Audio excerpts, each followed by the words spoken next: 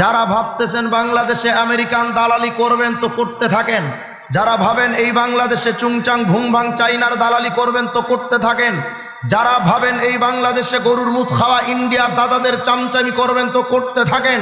কিন্তু এটাই চিরসত্য, এই বাংলার জমিনটা ওলামায়ে কেরামের জমিন, এই বাংলার জমিন মুসলমানের জমিন। এই জমিন থেকে একদিন না একদিন লাল কুত্তার আমেরিকার আওয়াজ বন্ধ হবে, চুংচাং ভুংভাং চাইনার আওয়াজ বন্ধ হবে, দিল্লির দাদাদের আওয়াজ বন্ধ হবে, আল্লাহর আওয়াজ বন্ধ করা যাবে না।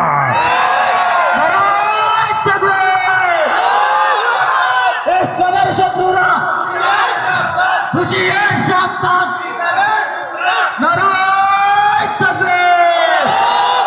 বলেন এই জমিনে আওয়াজ চলবে কার? আমাদের পক্ষে খুদা, কণ্ঠে খুদা, খুদাই খুদা, ও নামের তাসবিহ কালাম বন্ধ করে কোন সে শালা, ঠিক না? এদেশের রাত যতদিন, দিন যতদিন আজান রবে, সে আজান বন্ধ হলে তোদের সাথেই ফাইট হবে। ওরা ভাবে যে আল্লাহর আওয়াজ মনে হয় শুধু মাহফিলেই থাকবে। মনে রাখবেন, নবীজির ভবিষ্যৎবাণী মিথ্যা হতে পারে না। হাবিব কিবরিয়া বলেন, লা ইয়াবকা ফিল আরদি বাইতু মাদারিন ওয়ালা ওয়াবার ইল্লা আদখালাহুল ইসলাম। এমন একটা সময় আসবে এই বাংলার জমিনে শুধু মসজিদে নয়, শুধু মাদ্রাসায় নয়, শুধু মাহফিল বা খানকাই নয়, শুধু আলেম উলামার জবানে নয়, আরে এমন একটা সময় আসবে কিয়ামতের আগে, এমন একটা ক্ষণ এই বাংলার জমিন সহ বিশ্ব মানচিত্রে আসবে। সেই দিন পেন্টাগন থেকে নিয়ে বিধানসভা পর্যন্ত, সেই দিন ওয়াশিংটন থেকে নিয়ে দিল্লির লাল কেল্লা পর্যন্ত, এমনকি বাংলাদেশের রাশেদ খান মেনন, হাসানুল ইনুদের ঘরেও আল্লাহর আওয়াজ উচ্চারিত হবে।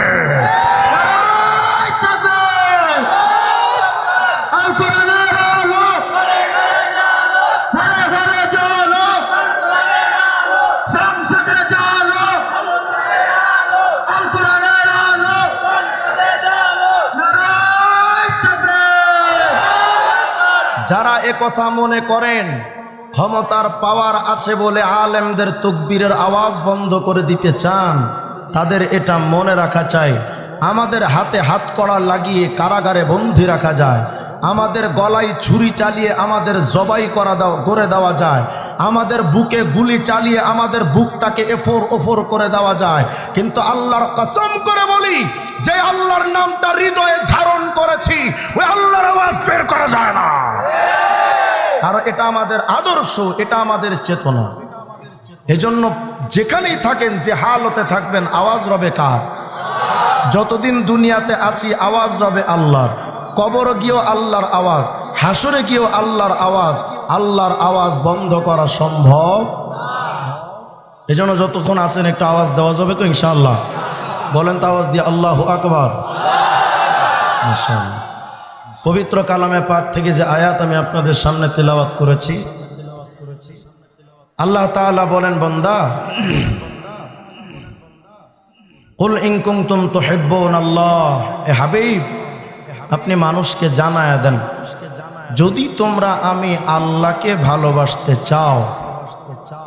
বলেন তো আমাদের সবার টার্গেট কাকে পাওয়া? বলেন বলেন। আচ্ছা, যারা শুরু লগ্নে আট্রসি পীর সাহেবের কাছে যায়, তারা মূলত কাকে পাওয়ার ইচ্ছায় যায়? যদিও যাওয়ার পরে উদ্দেশ্য ভুলে যায়, কিন্তু প্রথমত তাদের টার্গেট থাকে কাকে পাওয়া। সুরেশ্বর বলেন, চন্দ্রপাড়া বলেন, দেওয়ানবাগ বলেন, মাজার পূজারি যত আছে, তাদের কাছেও যারা যায় কাকে পাওয়ার জন্য। যারা তবলিগ, চরমনা, উজানি, নানুপুর, কওমি, আলিয়াতে যায়, তারাও কাকে পাওয়ার জন্য যায়। তাহলে আমাদের সবার টার্গেট কাকে পাওয়া? তো আল্লাহ পাক বলেন, হাবিব আপনার উম্মতকে জানায়া দেন, তারা যদি আমি আল্লাহর ভালোবাসা পেতে চায়, তো আমি আল্লাহ ঘোষণা দিচ্ছি, হে রাসূল আপনি বলেন, ফাত্তাবিউনি, হে উম্মতেরা আমি আল্লাহর অনুসরণ করো, আমি নবীর অনুসরণ করো, আমি নবীর দেখানো পথে চলো, আমি নবীর বলা কথা মানো, আমি নবীজি যা করেছি সেটাই করো, যা বলেছি ওটাই মানো, যা আমি দেখালাম সেই পথ দেখে তোমরা চলো। যদি এটা করতে পারো তো আল্লাহ পাক বলে, বান্দা দুটি পুরস্কার। এক নাম্বার, ইউহিব্বুকুমুল্লাহ, আল্লাহ পাক তোমাদেরকে ভালোবাসবে। দ্বিতীয় নাম্বার ওয়ায়াগফির লাকুম যুনুবাকুম, তোমাদের জিন্দেগির গুনাহ মাফ করে দিবেন। তো বলেন তো আল্লাহকে পাওয়ার মাধ্যম কয়টা? বলেন কয়টা? কি সেটা?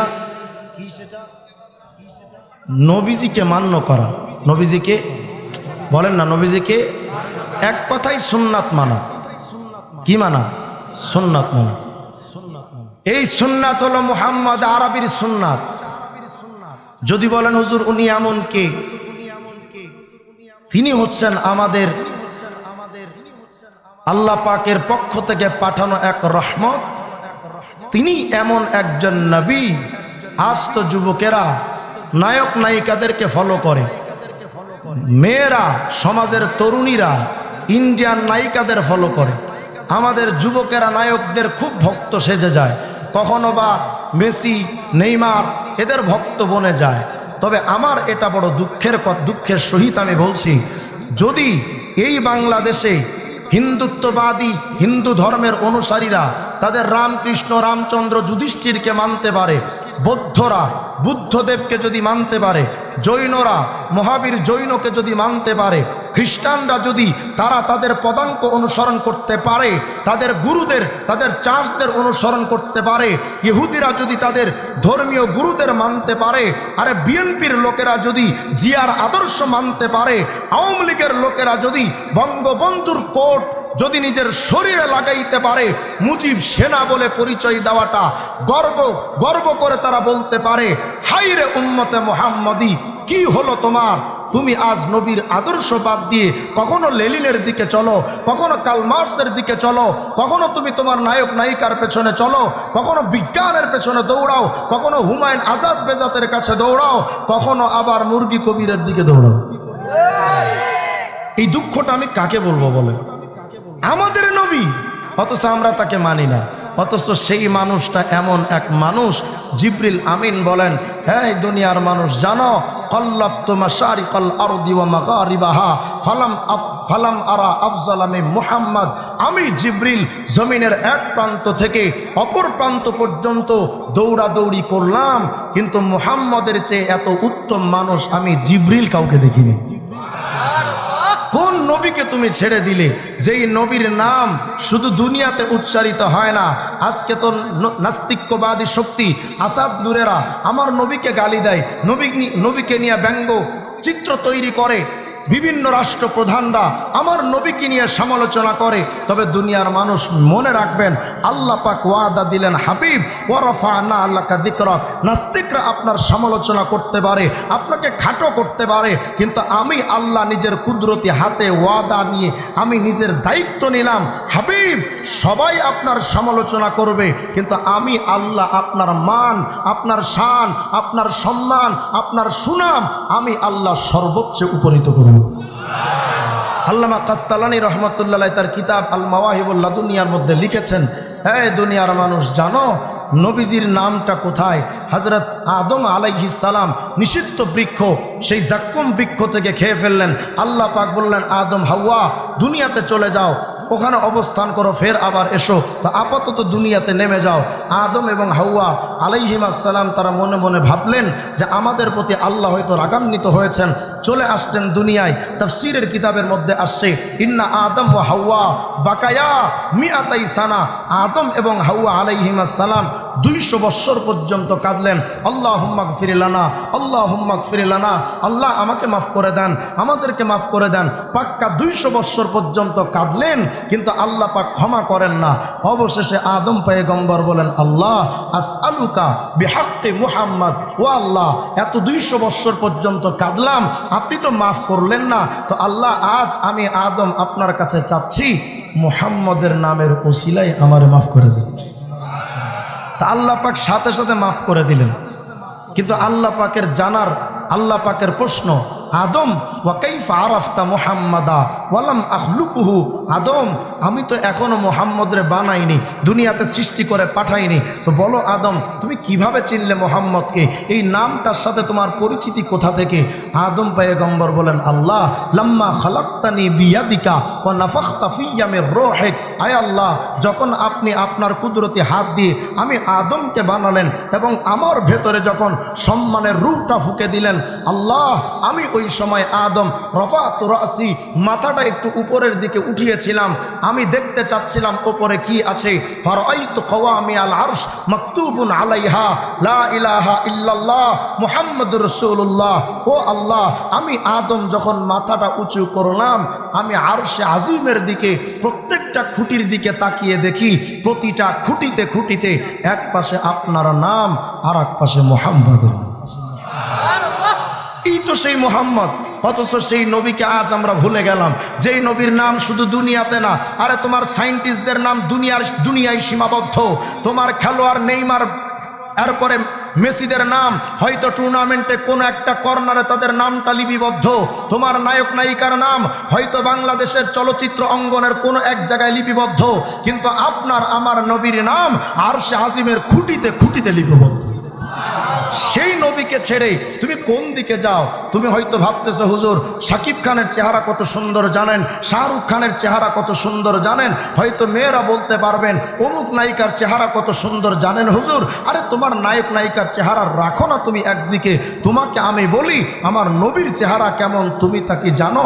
জামে তিরমিজি খুলে দেখো, 3648 নম্বর হাদিস, হযরত আবু হুরায়রা বলেন, এই দুনিয়ার মানুষ, আমার নবী, আমার প্রেম সম্রাট, আমার হাবিবে কিবরিয়া মুহাম্মদুর রাসূলুল্লাহ, আমার নবীর চেহারা তোমাদের কেমনে বুঝায়, আমার নবীর সৌন্দর্য তোমাদের কেমনে বুঝায়? তবে আবু হুরায়রা বলেন, জানো আমি আবু হুরায়রা দুনিয়াতে যত কিছু দেখেছি, মা রাআইতু শাইআন আহসানা মির রাসূলিল্লাহি সাল্লাল্লাহু আলাইহি ওয়াসাল্লাম, আমি আবু হুরায়রা আমার দুই নয়ন যুগলে এই বিশ্ব ভূমণ্ডলে, এই বিশ্ব মানচিত্রে, আসমানের নিচে জমিনের উপরে আমার নবী, আমার প্রেম সম্রাট, আমার প্রেমগুরু মুহাম্মদুর রাসূলুল্লাহর চাইতে এত সুন্দর, এত চমৎকার, এত চমৎপর, এত সৌন্দর্যমণ্ডিত চেহারা আমি আবু হুরায়রা আল্লাহর কোনো সৃষ্টি দেখিনি। তোমার নবীর সৌন্দর্যের কথা আমি তোমাকে কেমনে বলি? নায়ক নায়িকার চেহারা দেখে তুমি তো ক্রাশ খাচ্ছ, তাদের চেহারায় তুমি বিমোহিত হয়ে গেলে, অথচ তোমার নবীর চেহারা কেমন জানো?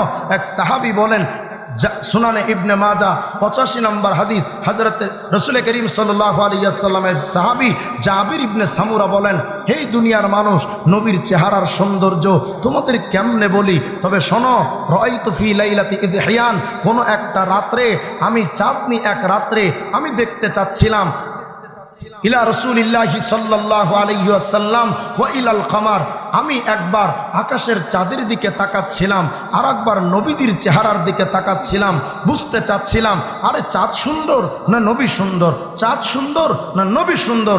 আমি জাবের একবার আকাশের চাঁদের দিকে তাকায়, আর একবার নবীজির দিকে তাকায়, তাকিয়ে তাকিয়ে শেষ পর্যন্ত আমি সিদ্ধান্তে উপনীত হইলাম, ফালাহু ইনদি আহসানু মিনাল কামার, আকাশের চাঁদের চেয়ে আমার নবী বেশি সুন্দর। কোন নবীর কথা তোমারে বলি? তুমি যেই নায়ক নায়িকার কথা কও, সেই নায়ক নায়িকার চেহারায় যদি শুটিং করার সময় চেহারার উপরে কোনো ঘামের দানা পড়ে থাকে, টিস্যু পেপার নিতে হয়, ওটা মুছতে হয়, আবার ওখানে মেকআপ ঘষতে হয়, কারণ তোমার নায়ক নায়িকার চেহারা ও তো বাস্তবতার খেলা না, ওটা তো সব মেকআপ, আইলানা আর মাস্কারা লিপস্টিকের খেলা। তবে এই আইলানা মাস্কারা লিপস্টিক আর মেকআপ দিয়ে সাজানো চেহারায় ঘামের দানা যদি পড়ে থাকে, টিস্যু পেপার দিয়ে মুছতে হয়, আবার ওখানে মেকআপ ঘষতে হয়, নইলে নাকি বৃষ্টি দেখা যায়, এখানে এক কালার এখানে আর এক কালার। কিন্তু নবীর চেহারা কত সুন্দর জানো? এক সাহাবী বলেন, আমি নবীজি আলাইহিস সালামের দিকে যখন তাকাতাম, যখন দেখতাম নবীজি রাগান্বিত হয়ে গেছেন, চেহারাটা লাল হয়ে গেছে, আরে তোমাদের চেহারায় ঘামের দানা, ও তো বৃষ্টি দেখা যায়, কিন্তু আমার নবীজির চেহারার উপরে ঘামের দানা মনে হতো বেদানার দানা পড়ে আছে। তাহলে সৌন্দর্যের কারণে যদি তুমি নায়ক নায়িকার ভক্ত হতে পারো, সর্বপ্রথম মুহাম্মদ রাসূলুল্লাহর ভক্ত হওয়া দরকার। বলবেন যে হুজুর শুধু চেহারা দিয়েই তো হয় না, চরিত্র প্রয়োজন আছে। কেন? ওই চেহারা যতই সুন্দর হোক না কেন, চরিত্র যদি খারাপ হয় মানুষ তার দিকে তাকায় না, তার অনুসারী হয় না, তাকে ফলো করে না। যার বাস্তব প্রমাণ বাংলাদেশে চেহারা সুরত নাই, হিরো আলমের চেহারা বলতে কিচ্ছু নাই, কিন্তু টাকলা মোরাদের এত সুন্দর চেহারা, চরিত্র খারাপ হওয়ার কারণে এখন হিরো আলমের যেই দাম আছে টাকলা মোরাদের এই দামটুকু নেই। কেন? ওপরের সৌন্দর্যের চেয়ে ভেতরে চারিত্রিক সৌন্দর্যের দাম সবচেয়ে বেশি। বলতে পারেন যে হুজুর নবীর চেহারা তো সুন্দর বুঝলাম, কিন্তু নবীজির ভেতরে চরিত্রটা কেমন? শামুক খোলার মুসলমান, আমি আপনারে কেমনে বলি মুহাম্মদ রাসূলুল্লাহর চরিত্রের বর্ণনা আমি আপনাকে কেমনে দেই? আমি তো বাস্তবতাই দেখিনি, নবীজির চরিত্র কোনোদিন অনুধাবন করিনি, কোনোদিন সামনে সামনে দেখিনি। তবে আমি এতটুকু বুঝি কার চরিত্র কেমন এটা সবচাইতে বেশি জানেন ঘরের বউ। কথা হয় না? তো চলেন না নবীজির ঘরের বউ আম্মাজান আয়েশা সিদ্দিকা রাদিয়াল্লাহু আনহাকে জিজ্ঞাসা করে, আম্মা আমাদের নবীর চেহারাটা কেমন ছিল, চরিত্রটা কেমন ছিল আম্মা, আপনি একটু বলেন না। আম্মাজান আয়েশা সিদ্দিকা বলেন, দুনিয়ার মানুষ, আমার স্বামী নবীর চরিত্র আমি তোমাদের কোন ভাষা দিয়ে বুঝাই, তবে এতটুকু বলি, কানা খুলুকুহু আল কোরআন, এই পবিত্র কোরআন যেটা দেখো এটাই হলো নবীজির চরিত্র। মানে এই কোরআনে যা যা বলা আছে সব নবীর চরিত্র। আরেকভাবে যদি বলা যায়, এই কোরআনে যেমন ভেজাল নাই, আমার নবীর চরিত্র কোনো ভেজাল নাই। তোমরা তো এখন স্লোগান দিয়া বেড়াও আমার নেতার চরিত্র, কিন্তু নামাজ পড়ে না এক ওয়াক্ত, আর ঘুষের টাকা খাই জম্মের মতো। কথা হয়? তোমার নেতার চরিত্র সুন্দর হয়ে যায় ভোটের 3 দিন আগে। রাস্তাঘাটে নেতাজি বাইর হয় ভোটের ধান্দায়, যারে পাই সালাম, যুবক যুবতী সালাম, নারী পুরুষ সালাম, বৃদ্ধ বৃদ্ধা সালাম, বাচ্চা কাচ্চা সালাম, হিজড়া দেখলেও সালাম। রাস্তা দিয়া যদি হিন্দু হাইটা যায় কয়, এ সুকুমার দা খারা, আসসালামু আলাইকুম। কথা কয় না? মনে হয় যেন সালামটা নেতাজির মুখে রেকর্ড কইরা রাখা। কিন্তু এই নেতা একবার ক্ষমতায় যাওয়ার পর সালাম দেওয়া তো দূরের কথা, মুরব্বী একটা গিয়েও যদি নেতারে সালাম দেয়, নেতার সালামের জবাবও দেওয়ার টাইম নাই। মনে হয় যেন নেতার মুখে পড়েছে করোনা ভাইরাসের ঠাডা। কিন্তু আমার নবীর চরিত্র, ছোটদের দেখে তিনি মিষ্টি হেসে সালাম দিতে নাগে ভালোবেসে। আল্লাহু আকবার। চোখ দুটো ছিল তার শান্তির নীর, পরম ঠিকানা দেখো গরিব দুঃখীর, পরম ঠিকানা দেখো গরিব দুঃখীর। গল্প বলি শোনো প্রিয় নবীজির, শ্রেষ্ঠ মানুষ যিনি এই ধরনীর। আল্লাহু আকবার বলেন। তবে বলতে পারেন হুজুর বুঝলাম নবীর চেহারা সবচাইতে সুন্দর, চরিত্রটাও সবচাইতে সুন্দর, এরপরেও তো নবীরে মানতে পারি না। কেন পারো না? হুজুর আমরা তো শিক্ষিত, কি বুঝাইতে চাও? কয় আমরা শিক্ষিত মানুষ, আপনার নবী তো শিক্ষিত ছিল না, কি বুঝাইতে চাস? কয় আপনারাই না বলেন নবী নাকি উম্মি নবী। উম্মি মানে মাল্লাম ইয়াকদির আলাল কিতাবাতি ওয়াল কিরাআহ, যিনি লিখতেও পারেন না পড়তেও পারেন না। তো আপনার নবী তো লেখার যোগ্যতা নাই, পড়ারও যোগ্যতা নাই, তো ওই নবীরে মানা যায় কেমনে? আমি বলতে চাই তাহলে শোনো, আমার নবী দুনিয়ার কোনো স্কুল কলেজে পড়লেন না, লিখতেও জানেন না পড়তেও জানেন না। তোমরা এত লেখালেখি কইরা, এত লেখাপড়া কইরা সামান্য একটা ভার্সিটির শিক্ষক, আর আমার নবী লেখাপড়া ছাড়া দোজাহানের শিক্ষক। বলবেন যে হুজুর তো বুঝলাম নবী এত বড় শিক্ষক, তো শিক্ষকেরও তো শিক্ষক লাগে। কথা কয় না? আপনি শিক্ষক হইতে গেলে আপনার শিক্ষাগুরু প্রয়োজন আছে না নাই? তো আমি যদি ওদেরকে প্রশ্ন করি, বুঝলাম আমার নবীর শিক্ষক নিয়ে তোমাদের প্রশ্ন, তো তুমি আমাকে জবাব দাও তোমাদের শিক্ষকের নাম কি? বলে জাফর ইকবাল, শাহরিয়ার কবির, মুরগি চোরা। হুমায়ুন আজাদ ওরফে বেজাত। আচ্ছা, এরাই তো তোমাদের শিক্ষক। তো শোনো, তোমাদের এই শিক্ষকের বাড়ি আসমানে না জমিনে? বলে জমিনে। তো আমি তোমাদেরকে বলতে চাই, শুনো, তোমাদের শিক্ষকের বাড়ি দুনিয়ায়, কিন্তু আমার নবীর শিক্ষক বিশ্ব নবী বলেন, মা আল্লামানি মা আল্লামা ইল্লা আল্লামানি আল্লাহ। আমার শিক্ষক দুনিয়ার কোন পাবলিকে না, আমার শিক্ষক খুদ আমার আল্লাহ। যদি বলতে পারেন, চেষ্টা করেন যে হুজুর তাও বুঝলাম আপনার নবীর শিক্ষক আল্লাহ, তো আমাদের শিক্ষকের তো এক একটা ক্যাটাগরি আছে। কেউ তো সায়েন্সে পণ্ডিত, কেউ তো অঙ্কে পণ্ডিত, কেউ তো ইংলিশে পণ্ডিত, কেউ বা ব্যবসায়ী পণ্ডিত, কেউ বা রাজনীতিতে পণ্ডিত, কেউ বা ডাক্তার, কেউ বা ইঞ্জিনিয়ার। তো আপনার নবীর কোনো নির্দিষ্ট বিষয়ের যোগ্যতা ছিল নাকি? আমি বললাম হ্যাঁ, আমার নবীর যোগ্যতা ছিল, কিন্তু নির্দিষ্ট বিষয়ে যোগ্যতা ছিল না। কোন বিষয়ের যোগ্যতা? আর তোমাদের শিক্ষকের যোগ্যতা তো, যার যোগ্যতা ইংলিশে তিনি অঙ্কে কাঁচা, যার যোগ্যতা অঙ্কে তিনি বাংলায় কাঁচা, যিনি জেনারেল শিক্ষায় বড় পণ্ডিত, তারে যদি বুখারি পড়াইতে দেন 13 বার ওযু যাবে। কথা কয় না? আর যদি নামাজে দাঁড় করায় দেন তো বাই বাতার সাইরা দৌড় দিবে। আমার এক মুসল্লির একবার বলছি, ভাই একটু একামত দেন তো।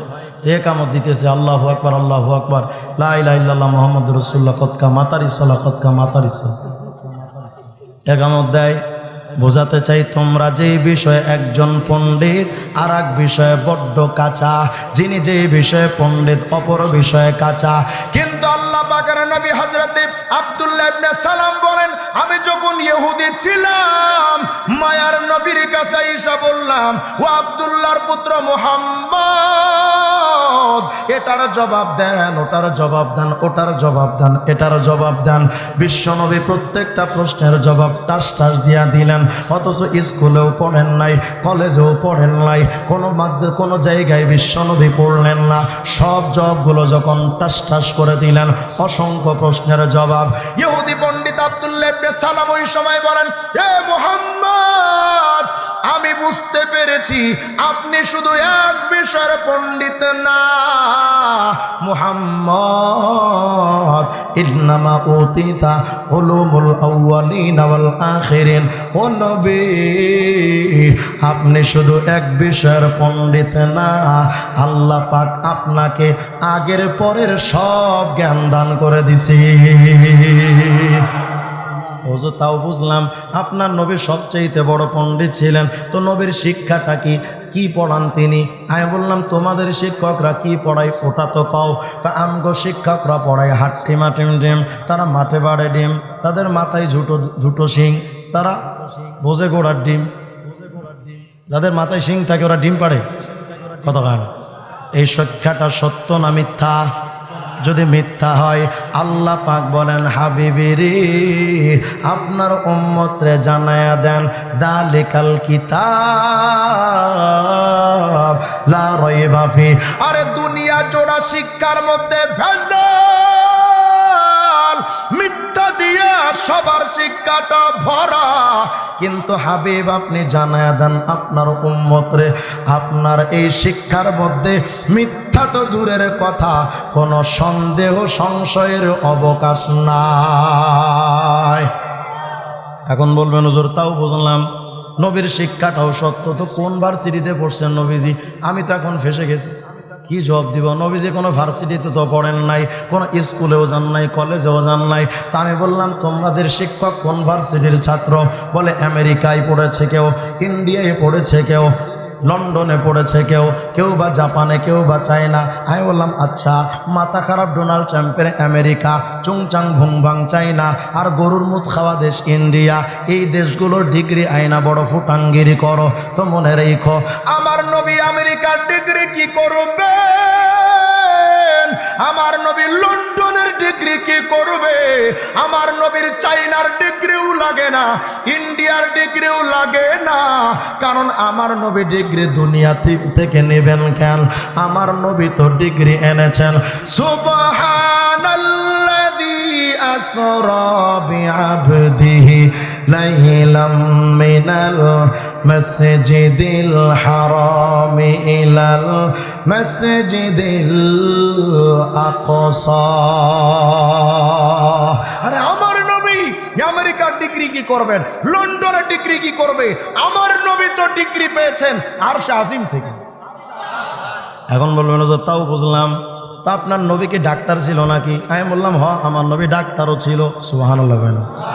তবে তোমগো ডাক্তারের খবর কি জানো? যার নাই কোনো গতি সে বেচে হোমিওপ্যাথি আর অ্যালোপ্যাথি। মাথা ব্যথার ঔষধ দিলে গ্যাস্ট্রিকে পুটপুট করে, কথা হয় না। আর ডাক্তারের কাছে গেলে এখন তো ডাক্তারদের মাথায় কিছু নাই, আগে পরীক্ষা করো, আগে মেশিনে ঢুকায়, কথা হয় না। তোমাদের ডাক্তারের কাছে যা আছে সব মেশিনে আর ঔষধে। আমার নবীর কাছে কোনো রোগী যদি যাইতো, কোনো অসুস্থ ব্যক্তি যদি যাইতো, আমার নবীর জন্য কোনো মেশিন লাগতো না রে। বুখারী শরীফের রাওয়ায়াতটা খুঁজো। মায়ার নবী একদিন সকালবেলা কালেমার পতাকাটা দিবেন, আলী রাদিয়াল্লাহু আনহুকে খুঁজা পান না। জিজ্ঞেস করেন আইনা আলী ইবনে আবি তালেব, আমার আলী কই? সকল সাহাবীরা বলেন ইয়া রাসূলুল্লাহ, আলী তো আজকে সকালবেলা আসেননি। কেন? আলী অসুস্থ, চোখে সমস্যা। নবী আমার বলেন আমার আলীরে আনু। অসুস্থ আলী নবীজির সামনে দাঁড়াইলেন। অবশেষে মায়ার নবীর সামনে যখন আলী দাঁড়াইলেন, ফাবাসাকা ফি আইনাইহি ওয়া দাআ লাহু ফাবারাআ। আমার নবী কোনো ডাক্তারের কাছে নিলেন না, কোনো ঔষধ দিলেন না, কোনো মলম দিলেন না, কোনো চেকআপও করলেন না। মায়ার নবী নিজের মুখের থেকে থুতু নিয়া লাগায় দিলেন, ট্রিটমেন্ট হয়ে গেছে। এখন বলবেন যে তাও বুঝলাম, নবীজি তো ভালো, ডাক্তারি তো যোগ্যতা, তো নবী তো বিজ্ঞানী ছিলেন না, সায়েন্টিস্ট ছিলেন না। আমরা বুয়েটের ছাত্র, সায়েন্সের ছাত্র, আমরা তসলিমা নাসরিনের অনুসারী, আমরা তো বুদ্ধিজীবী। তো নবী তো বুদ্ধিজীবীও ছিল না, নবী তো সায়েন্টিস্টও ছিল না, তো কেমনে মানে? আজকে ওরা আল্লাহরের নামাই না বলতে চাই আমরা বুদ্ধিজীবী। আর আমি বললাম যার রুহের জগতে আল্লাহ জিজ্ঞেস করলেন আলাস্তু বিরব্বিকুম, আমি তোমাদের রব কি নয়? আমরা সবাই জবাব দিয়েছিলাম ওই দিন, কি মুসলমান, কি হিন্দু, কি বৌদ্ধ, কি খ্রিস্টান, কি নাস্তিক, সবাই সমস্যার আওয়াজ দিয়া বললেন ক্বালু বালা, ও আল্লাহ তুমি আমাদের রব। সবাই আল্লাহর কাছে সাক্ষ্য দিয়ে আসলো আল্লাহ তুমি আমাদের রব। দুনিয়াতে আয়েশা যারা কয় আল্লাহ আমাদের রব নয়, ওরা বুদ্ধিজীবী হতে পারে না, ওদের নাম হওয়া দরকার মিথ্যাবাদী। বুঝাতে চাই আমরা বড় বড় বুদ্ধিজীবী। আমার একবার এক নাস্তিক প্রশ্ন করছে, রিজওয়ান রফিকি কন আবু হানিফার কাছে, যা আজিন্দে কইলা আবি হানিফা। আবু হানিফার কাছে এক নাস্তিক আসছে, আয়েশা বলে আবু হানিফা হাল রাআইতা রাব্বাক, তুমি আল্লাহরে দেখছো? তো আবু হানিফা বলেন সুবহান রাব্বি লা তুদরিকুল আবসার, আল্লাহকে দেখা তো সম্ভব না। হাল আহসাসতাহু, আবু হানিফা তুমি কি আল্লাহকে অনুভব করছো? এটাও সম্ভব না। হাল সামামতাহু, হাল সামিআতাহু, হাল লামাস্তাহু, এই তুমি কি আল্লাহর ঘ্রাণ নিয়ে দেখছো? আল্লাহকে হাত দিয়া ধইরা দেখছো? তুমি কি আল্লাহর কথা শুনছো? আবু হানিফা বলেন সুবহান রাব্বি লাইসা কামিথলিহি শাই, আল্লাহ তো দুনিয়ার আকৃতির মতো না, তারে ধরাও যায় না, ছোঁয়াও যায় না, সে আল্লাহকে অনুভব করাও যায় না। তো আবু হানিফাকে তখন নাস্তিক প্রশ্ন করে, আবু হানিফা যখন আল্লাহরে দেখলাই না, শুনলাই না, অনুভবও করলা না, স্পর্শ করেও দেখলা না, গায়ের ঘ্রাণ নিয়েও দেখলা না, ফাকাইফা সাবাতা আন্নাল্লাহা মাওজুদ, তো কিভাবে প্রমাণ হয় যে আল্লাহ একজন আছে? যুক্তিটা সুন্দর না? সুন্দর। আবু হানিফা রাহমাতুল্লাহ আলাইহি বলেন, এই মিয়া আনতা আকিল আম মাজনুন, তুমি কি ভালো মানুষ, তুমি কি বুদ্ধিজীবী না পাগল? আকিল আনা, আমি বুদ্ধিজীবী। আবু হানিফা বলেন ফাআইনা আকলাক, তোমার বুদ্ধি থাকে কই? সুবহানাল্লাহ। ভাই আছে। হাল রাআইতা আকলাক, তুমি তোমার বুদ্ধিরে দেখছো নাকি? এই বুদ্ধিজীবী কয় না, সম্ভব না। হাল আহসাসতা আকলাক, তুমি তোমার বুদ্ধিরে অনুভব করছো? ওই এটাও সম্ভব না। আচ্ছা, আবু হানিফা এবার প্রশ্ন করলেন, এই মিয়া তাইলে জবাব দাও, তুমি তোমার আকলকে দেখলাও না, শুনলাও না, ঘ্রাণ নিয়েও দেখলা না, অনুভবও করলা না, ফাকাইফা সাবাতা আন্না আকলাকা মাওজুদ, তো কিভাবে প্রমাণ হয় যে তোমার বুদ্ধি আছে আর তুমি বুদ্ধিজীবী? কয় আছে। কই আছে? কয় আছে। আবু হানিফা বলেন, তো আছে কই কও না? কয় আছে হুজুর। আবু হানিফা বলেন, কাযালিকা আল্লাহু মাওজুদ, তুমি আকলকে দেখলা না, বুঝলা না, শুনলা না, তো অনুভবও করলা না, স্পর্শও করলা না, এরপরও যেমন প্রমাণ হয় আকল আর বুদ্ধি আছে, আমার আল্লাহকে না দেখাও প্রমাণ হয় আল্লাহ একজন আছে, কোনো সন্দেহ নাই। ইন্ডিয়ান এক নাস্তিক একবার আমারে প্রশ্ন করছে, রিজওয়ান রফিকি কোন আল্লাহ যে একজন আছে এটা বিশ্বাস করি কেমনে? মুহাম্মদ তো মিছা কথার তো বলতে পারে। আমি বললাম আচ্ছা, তো আমার একটা সরল প্রশ্নের জবাব দেন তো ভাই, ডোন্ট মাইন্ড, আপনি কি হালাল জাদা নাকি ফরমালিন মুক্ত টাটকা হারাম জাদা? হুজুর এটার কোনো কথা? আপনি আবার হারামজাদা কইলেন, এটা আপনাদের সভ্যতা, এটা আপনাদের ভদ্রতা। আমি বললাম ভাই, নাস্তিকরাও যে ভদ্রতা জানে এটা আমার জানা ছিল না। কেমন কথা কেন কইলেন? আমি বললাম হ্যাঁ, না হুমায়ুন আজাদ নাস্তিক লিখেছে, আমার নৈতিকতার সংজ্ঞা হওয়া দরকার, আমার দ্বারা যেন কারো ক্ষতি না হয়। নাস্তিকরা এটাই বলে, যদি ছেলে মেয়ে একজন আর একজনের সাথে যদি তাদের মনটা মিলে যায়, তাহলে যদি তারা আকাম কুকাম করে তাহলে কোনো অসুবিধা নাই। এমনকি ভাই যদি বোনের সাথে আকাম করতে চায়, উভয়ের যদি মত থাকে, এর দ্বারা তো কারো ক্ষতি হয় না, সুতরাং এটা অবৈধ না। এখন আপনি আমাকে বলেন নাস্তিকরা সভ্য না অসভ্য? আমি বললাম ভাই, নাস্তিকরা যে সভ্যতা জানে আমার তো জানা ছিল না। তারপরে আপনি আমার জন্ম নিয়ে প্রশ্ন তুলতে পারেন? আমি একটা প্রশ্ন করলাম, আপনি সুন্দর জবাব দেন। আমি বললাম ভাই, আমি তো জবাব দেওয়ার জন্যই প্রশ্ন করেছি, আমি তো হিট করার জন্য বলিনি। জাস্ট আমি জানতে চাচ্ছি আপনি কি হালাল জাদা নাকি হারাম জাদা, একটু বলেন তো। হুজুর আমি আমার বাপের বৈধ সন্তান। আমি বললাম হোয়াট ইজ দ্য ডকুমেন্টস? প্রমাণ কি? তুমি না আল্লাহরে না দেখা বিশ্বাস করো না, তো তোমার মায়ের লগে আকাম কি শুধু বাপে করেছে নাকি আরো 14 জন পুরুষ মিলে তোরে জন্ম দিছে? তুই কি পেটের থেকে উকি মেরে দেখছিলি? কথা কয় না?